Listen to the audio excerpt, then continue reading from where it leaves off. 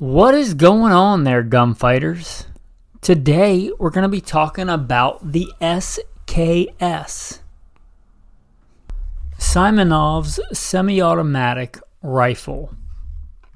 A little bit of history we'll talk about, mostly relevance and what makes it a good all-around rifle for today. Unlike a lot of episodes where I just talk off the cuff because I have been blessed with a fair amount of training and experience in the subject matter, this one not so much. I've actually done quite a bit of research for this episode. And I think, although I've spent who knows how long doing research on the S.K.S, I realize there's more that I don't know now than I didn't know before. But I know more than I knew before. And with that confusing intro, let's get into the S.K.S. Circa 1945, the Soviets came out with this. There were some prototypes before that. There seems to be some debate on whether the S.K.S actually saw any battlefield use in World War II. If at all it did, it was very limited, to the point where it isn't even really substantiated, I don't think. Maybe it did, maybe it didn't, but I don't think it was fielded at any great number in any case. But it was right at the beginning of the Cold War. 1945, the end of the war in Europe, and right at the beginning of the Cold War. Designed by the Soviets. This, as I understand it and understand Soviet doctrine, it was designed to be a mainline infantry weapon. Think about that. It was designed by the Soviets as a mainline infantry weapon. And if you know anything about the Soviet Union, I don't agree with communist politics, but those communists make some fine rifles. This being no exception. The Russian S.K.S, the Soviet-made, I guess Russian wouldn't be the proper term, even though they might have been made in Russia proper. It was the USSR, or soon to be USSR. I don't want to get in the weeds on that. But it's a Soviet design, and again, as a mainline infantry rifle. An intermediate cartridge, I think the first rifle to actually mass use the now kind of very common and world-renowned 7.62x39, which I've done other content on. 7.62x39 is perhaps the best all-around intermediate caliber, period, end of sentence. Well, this is the first mass-produced rifle to use that cartridge. This was meant as a rifle replacement, and the Soviets and their doctrine, I think, quickly realized they wanted to go a different route. They had good success with some more mobile tactics in their PPSH, of which I have some firsthand experience on both ends in the Iraq War with that weapon. It's a pretty cool one. I don't know the subvariants, but it was some Russian submachine gun. But I think the AK-47, which replaced the S.K.S, was kind of made as a mainly replacement for the submachine gun, and they wanted to mainly equip their army, their conscript army, with the AK variant. And I'll be honest, I think that served them very well. Kind of more of a philosophy of quality, or quantity has a quality all its own, or accuracy by volume. So the S.K.S was supplanted as a mainline issued weapon to the Soviets for the AK-47, because they were going for a submachine gun. Well, the Communist Party in Russia, I guess, thought it was a good idea to cooperate with the Communist Party in China. They gave the ability, I don't know how patents and stuff work in the communist countries, but they gave the ability and the go-ahead to produce the S.K.S in China. China produced a lot of S.K.Ss, and there were some other Eastern Bloc countries, many actually, that produced the S.K.S. Now, this is gunfighter life. This is not gun collector life. If you're looking for good content on collecting S.K.Ss, this is not going to be that podcast or that episode, okay? I'm not the guy to sit there and be like, you know, in 1956, they had these cutouts, and then in 1957, they switched to these relief marks in the receiver. That's not me. I don't care. Does it have a chrome line barrel? Does it have a chrome line bore? Does it shoot, 2 or 3 MOA? Is it a good, rock solid, dependable firearm? Cool. This is not gun collector life. It's gunfighter life. With that, I guess I should do a proper intro. Welcome to Gunfighter Life, the podcast where we talk about guns and gunfighting the right way, with God Almighty at the center, Judeo-Christian values, and real-world first-hand experience. I am blessed to be your host and serve you today. Military, combat veteran, law enforcement, private contractor, state rifle and pistol champion, professional big game hunter and guide, etc. But first and foremost, I'm a servant of God and a follower of Jesus Christ. But I try and use my training and experience to serve you today. Getting back to the S.K.S. I have a bit of experience with the S.K.S. This is mostly from the shooting, not the collecting. I've mentioned this before, but growing up as a poor boy in the South, it was kind of the de facto poor man's deer hunting rifle. And it has, I got to imagine, killed a lot of deer. It was probably the most common deer hunting rifle where I grew up, rural Virginia. Not because it was the best deer hunting rifle, because they were cheap. There was a time when they were sub $100, and the ammunition was crazy cheap. And when you're hunting for food to feed the family, you can get an affordable rifle that's effective at reasonable ranges that'll put meat in the freezer. So the S.K.S. was very commonly used for that. And I won't deny that we may have used it for some other kinds of hunting, like ducks and things like that, just because the ammunition was so cheap. But it's 2023. Is there any place besides collecting for this esoteric, one might say antiquated, rifle design in 2023? And I'd make the argument that there is. I'd say that yes, there is a place for it. And let me give it to you this way. The S.K.S. was designed as a mainline infantry weapon by the Soviets. They make rugged, reliable firearms. The S.K.S. is a semi-auto, rugged, reliable firearm in an intermediate cartridge. I mean, end of sentence. That will do most of what you want it to do if you are up to the task. It is not as good a battlefield weapon. If you said, I'm going to do private contracting, somebody offered me a contract today, I thought it was a good moral value behind it, and I went, shipped off somewhere overseas to fight the good fight. He said, what do you want on the battlefield? I would take an AK, I might even take an AR, but I certainly don't want an S.K.S. I'm not pretending it's the best battlefield weapon. But if you flip that around, if you said you're traveling across the country and, my wife and I live as neo-nomads, and you said you got to pick either an AK or an S.K.S. as a truck gun, I'm probably going to pick the S.K.S. I'm here in rural Alaska right now. I got skunked salmon fishing today, but I might, if I get done with work, if I get done with this podcast in time, I might hit the hills and try and get some meat. Now, if you ask me what would I rather take in the woods to put meat on the table, and these are not my options, that's not what I brought, but if you said you could take an AK or an AR or an S.K.S., this might anger the AR lovers, but I'm going to take the S.K.S. If it's got good quality hunting ammo in 7.62x39, I think the S.K.S. is a better all-around rifle, and that's why I think it's still relevant today. It's not the best defensive rifle, but it's good. For most situations, 10 rounds of 7.62x39 is not bad. We'll get to modifying it, but you don't even need to Bubba-ize it and throw giant, kind of crazy quasi-workaround, magazines. The internal magazine that it came with is just fine. Learn how to load it with stripper clips. Loading with stripper clips is fast. But, 10 rounds of 7.62x39 is a decent amount. It's a decent amount for a truck gun. It's certainly more than you should need for any kind of hunting.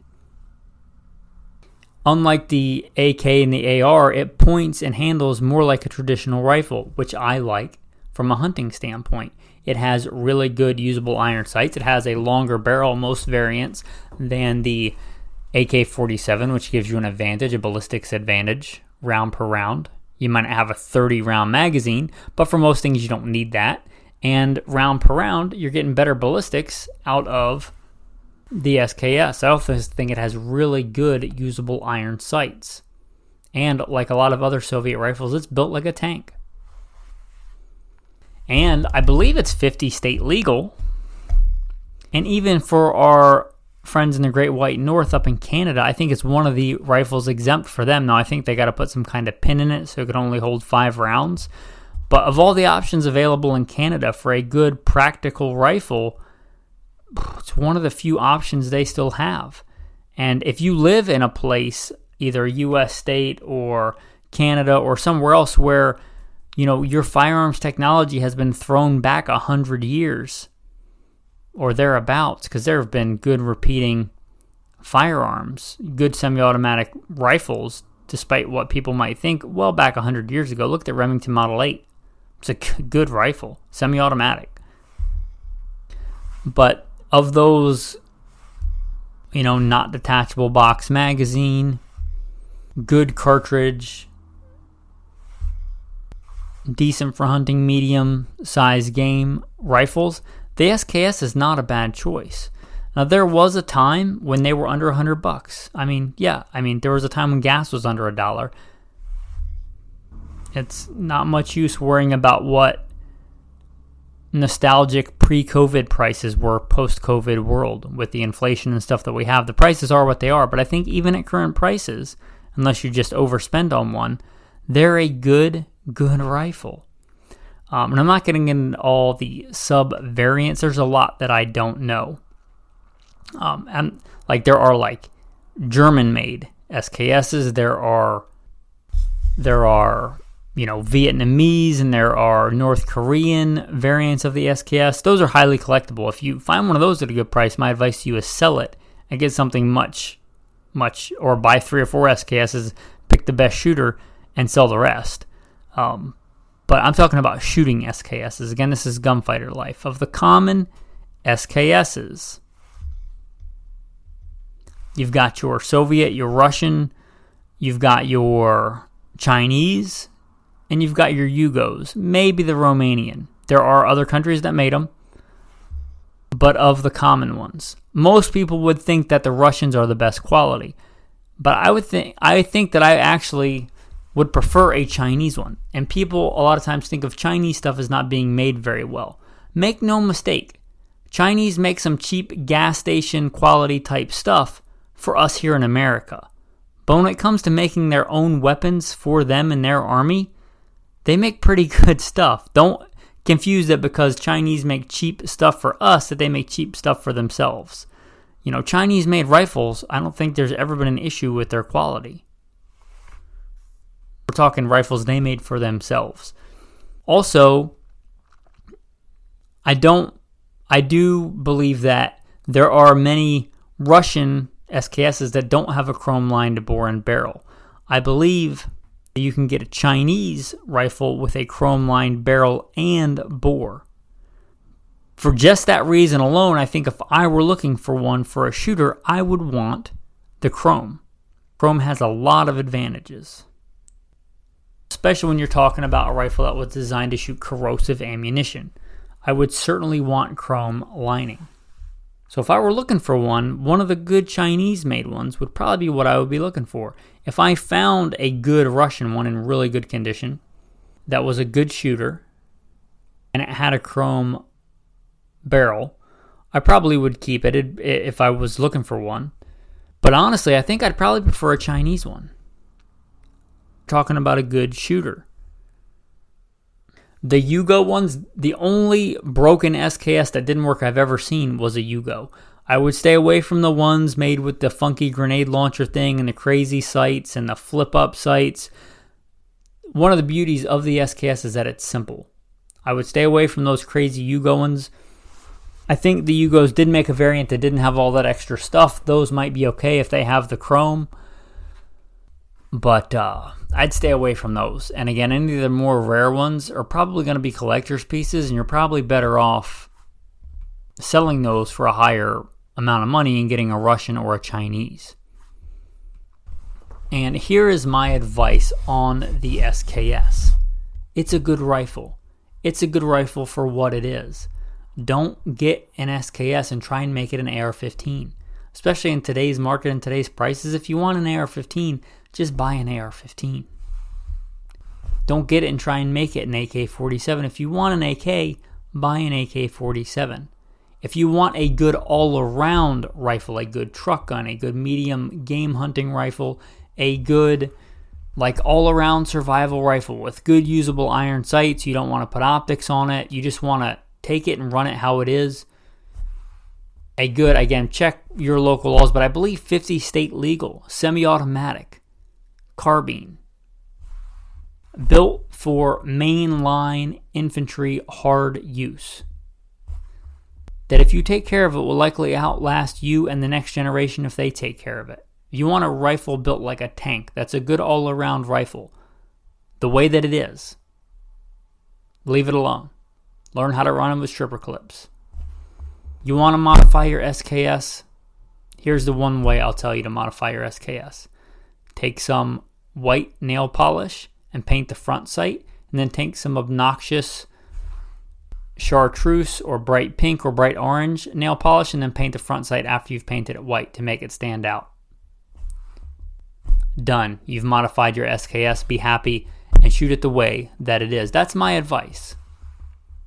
Again, there was a time when they were under $100 and people got them and they did all kinds of crazy modifications to them. Right now, they're not that cheap. For what you're going to spend on one and the modifications, just get what you want. Again, don't try and make it an AR. Just get a Palmetto State Armory or something AR. Don't try to make it an AK-47. It wasn't designed to run with detachable magazines. I think you give up more than you gain with that. Learn to run it with stripper clips. Reloading with stripper clips is pretty fast if you know what you're doing. Not to mention you're talking about a good crossover rifle for hunting. If you look at a lot of really high-end, like I'm blessed to have a Pre-64 Winchester, it's a pretty similar internal box magazine. A lot of really good premium hunting rifles have built-in internal box magazines, like the S.K.S. It's a good design for hunting. You don't have to worry about getting it snagged if you've ever been on a long ruck or something in the military and you hit the magazine release and your magazine's just gone. Right? That's not as big a deal if you have a giant resupply of magazines and ammunition and a whole squad of guys. But if it's just you with the rounds that you have, there's some real advantages to have a not detachable pop-out magazine. Again, I'd say the S.K.S. is good for what it was made for. And I would say if that's what you're looking for, then run it like that.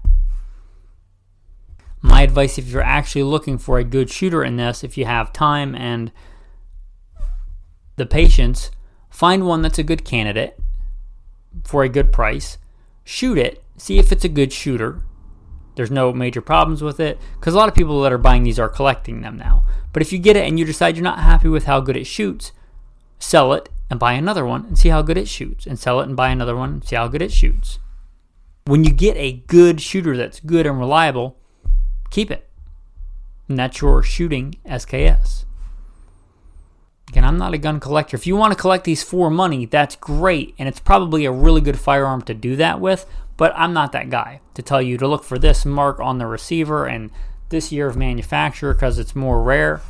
In fact, I'm going to tell you, I don't even care if it's got matching serial numbers. I will take a Chinese S.K.S. with mixed match serial numbers, a different stock, a different backplate cover, dust cover, whatever they call it, different serial number. If it's a better shooter than one with all matching serial numbers, that's not a good shooter. I don't care. I'm going to shoot it. So I'm looking for a shooter. Again, if it's got a different stock number and it shoots really well, I don't care if the stock matches the receiver. What do I care? Anyway, if you're looking from a performance standpoint, that's what I'd be looking for. But the S.K.S. is a good, solid rifle. And I think even in 2023, if that's the kind of all-around intermediate cartridge rifle you're looking for, again, they're not as cheap as they used to be, but I think if you look at the quality and the ruggedness and the practicality that you get with that rifle, it's still worth considering. Even in 2023, even with all the fancy other rifles out there. Anyway, some of my thoughts on the S.K.S. Tactical tip of the day, and this is going to come out of a question from one of the patrons about the steel ammo. Now, these weapons were designed to shoot that kind of ammo. I generally don't advise you shoot that crap steel bimetal ammo out of your AR, out of your 9mm handgun. I don't advise it. Some people do, and that's fine. I don't. But for these weapons, for the AK-47 and for the S.K.S, they were designed for this dirt cheap, kind of lacquered, steel case ammo. If you want to stockpile that ammo for these weapons, I'd say go for it. If you want a good stockpile of ammo, I'd say today it's hard to find the surplus ammo. It's any cheaper than like the Tula or the Wolf that's not actual military surplus. And most of that stuff's going to be not corrosive. The original stuff for this was corrosive ammo. I don't advise you buying stockpile that unless you just get a crazy good deal on it. You like are at a gun show or you know a buddy and he's got like 3 Spam cans full of it. Then yeah, but if you're going to shoot the corrosive ammo, then make sure you clean that weapon. I don't care if you literally run it under the sink, hot soapy water. That's way better than not cleaning it with the corrosive ammo. If it's non-corrosive ammo, doesn't really matter. Clean the S.K.S whenever you feel like it. It'll probably be fine. If you're going to run the old military surplus corrosive ammo, make sure you clean it. For these weapons, the AK, the S.K.S, built with those big beefy extractors to the Soviet standard, there's going to be no issues, I don't think, running that cheap, steel bimetal ammo. So for this application, yeah, I'd say knock yourself out. Again, if it's corrosive, make sure you clean it. And if it's going to be your truck gun, your defensive gun, your hunting gun, don't use that as your hunting defensive ammo. Spend a little bit of extra money and get some good stuff like the Hornady, or the Winchester ammo designed for the intended purpose. It's going to be way better than that bulk FMJ. I think you're better off with a stock, good shooting S.K.S with good quality ammo than some tricked out S.K.S that looks like a tactical magazine threw up on it with just junk bottom of the barrel Tula FMJ ammo. Looking cool is not what's going to win the fight. Being effective is. And the ammo is the part that's going to connect with the target. So if you're going to put some money into the S.K.S, get some good quality premium ammunition. If you have the best shooting S.K.S, you get bottom of the barrel, dirt cheap, 5 MOA accuracy ammo, then you have a 5 MOA gun. That's how that works. So if you're going to spend any extra money on the S.K.S, pair it with some good ammo. Not that you have to train with it and shoot that all the time, but find a good ammo that shoots point of aim, point of impact to your training ammo, like I advise with a concealed carry gun. They make some really good nowadays. There are several companies that make good expanding ammunition for its intended purpose, either defense or hunting, for the 7.62x39. So I'd say really, really look at that if you're serious about running an S.K.S for practical application. All right, with that, your tactical verse of the day. 2 Samuel 22. Pretty easy to remember. 2 Sam 2:2. And he said, "The Lord is my rock and my fortress, my deliverer, the God of my strength in whom I will trust, my shield and the horn of my salvation, my stronghold and my refuge, my Savior. You save me from violence. I will call upon the Lord who is worthy to be praised. So shall I be saved from my enemies. When the waves of death surround me, the floods of ungodliness made me afraid. The sorrows of Sheol surrounded me. The snares of death confronted me. In my distress I called upon the Lord and cried out to my God. He heard my voice from his temple, and my cry entered his ears." remember, gunfighters, it's not the AR, the AK, or the S.K.S, or the scout rifle, or the main battle rifle, or whatever that saves. A rifle is not your savior. God saves. Jesus Christ is your savior. Remember what's really important. With that, thanks for listening, and have a blessed day.